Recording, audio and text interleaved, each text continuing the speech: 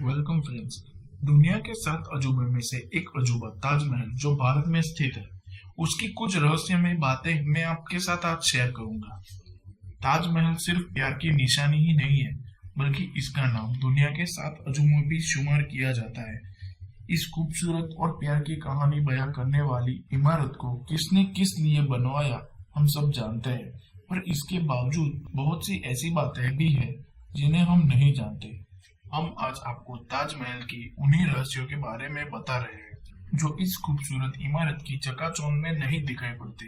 मकबरे की छत की छेद से टपकते पानी की बूंद के पीछे कई कहानियां प्रचलित है, जिसमें से एक यह है कि जब शाहजहां ने सभी मजदूरों के हाथ काट दिए जाने की घोषणा की ताकि वे कोई और ऐसी खूबसूरत इमारत ना बना सके, तो मजदूरों ने ताजमहल को पूरा के बावजूद इसमें एक ऐसी कमी छोड़ दी जिससे शाहजहां का खूबसूरत सपना पूरा न हो सके।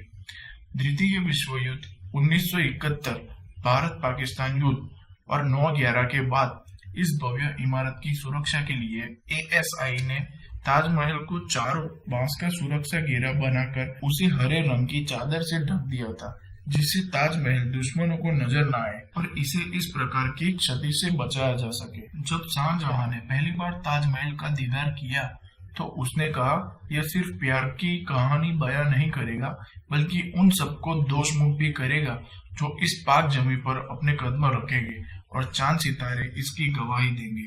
ताजमहल बनने के बाद की एक अफवाह यह भी थी कि शाहजहां ने मजदूरों के हाथ कटवा लिए थे। और अगर इतिहास पर नजर डाली जाए तो ताजमहल के बाद भी कई इमारतों को बनवाने में उन लोगों का योगदान रहा था। उस्ताद अजमल लाहौरी उस दल का हिस्सा रहे थे जिसने ताजमहल को बनाया था, और लाल किले का निर्माण का कार्य भी उन्हीं की देखरेख में शुरू हुआ था। अगर ताजमहल के मीनारों पर ध्यान दिया जाए तो हम पाएंगे कि 4 मीनार एक दूसरे की ओर झुके हुए नजर आते हैं, जिन्हें बिजली और भूकंप के दौरान मुख्य गुंबद पर न गिरने के लिए इस एंगल से बनाया गया है। बिहार के सुप्रसिद्ध ठग नटवर लाल के बारे में एक ये कहानी प्रचलित है कि एक बार उन्हें ताजमहल को मंदिर बताकर लोगों को बेच दिया था। नटवरलाल के पैतृक गांव के लोग उसके इसी कारनामे के लिए गांव में उसका मंदिर बनवाने की मांग उठाने लगे हैं। ताजमहल का आधार एक ऐसी लकड़ी पर बना हुआ है जिसे मजबूत बनाए रखने के लिए नरमी की जरूरत होती है, जिसे नजदीक ही बहने वाली यमुना नदी बनाए रखती है। ताजमहल की कलाकृति में 28 तरह के कीमती पत्थरों को लगाया गया था, जो चीन, तिब्बत से लेकर श्रीलंका से लाए गए थे।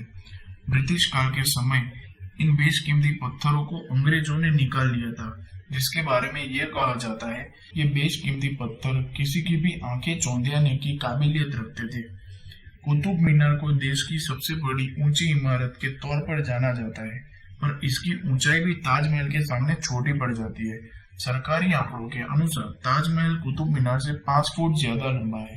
शाहजहां ने जब ताजमहल बनवाया था तब उस पर लगभग 32 मिलियन खर्च हुए थे, जिसकी कीमत आज 1 अरब 6 करोड़ 28 लाख 34,098 USD है। ताजमहल में लगा कोई भी फव्वारा किसी पाइप से नहीं जुड़ा हुआ है, बल्कि हर फव्वारे के नीचे एक तांबे का टैंक बना हुआ है जो एक ही समय पर बढ़ता है और दबाव बनने पर एक ही साथ काम करता है। 8 नवंबर 2000 का दिन ताजमहल को देखने वालों के लिए बड़ा ही अचंभित करने वाला था।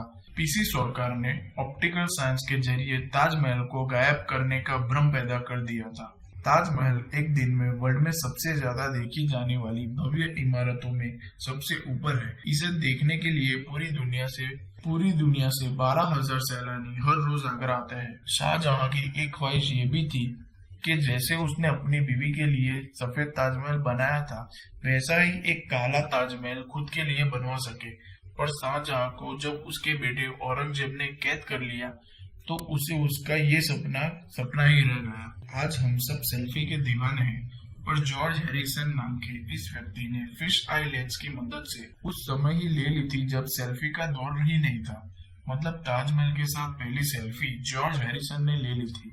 यह बात जरूर हैरान करने वाली है, पर ताजमहल का रंग भी बदलता है। दिन के अलग अलग पहर के हिसाब से ताज भी अपना रंग बदलता रहता है। सुबह दिखने पर ताज गुलाबी दिखता है, शाम को दूधिया सफेद और चांदनी रात को सुनहरा दिखता है। ताजमहल के दीवानों का जब भी जिक्र होगा तब सबसे पहला नाम Grammy award winner singer Henry Sinclair Fredericks का होगा। उन्हें ताज की इतनी मोहब्बत है कि उन्होंने अपना स्टेज नेम ही ताजमहल रख लिया है। ताजमहल बनाने वालों ने इसके हर पहलू पर बड़ा ध्यान दिया है। यहाँ के लोग कहते हैं कि जब आप यहाँ से जाते हैं तो ताजमहल को अपने दिल में लेकर जाते हैं एक सीमा तक। जैसे जैसे आप ताज से दूर जाते हैं, ताजमहल आपको और बड़ा भव्य लगने लगता है और आपकी यादों से कभी जुदा नहीं होता। तो दोस्तों, आज का टॉपिक यहाँ पे खत्म होता है। हमारे चैनल से जुड़े रहिए। Like, share, comment and subscribe.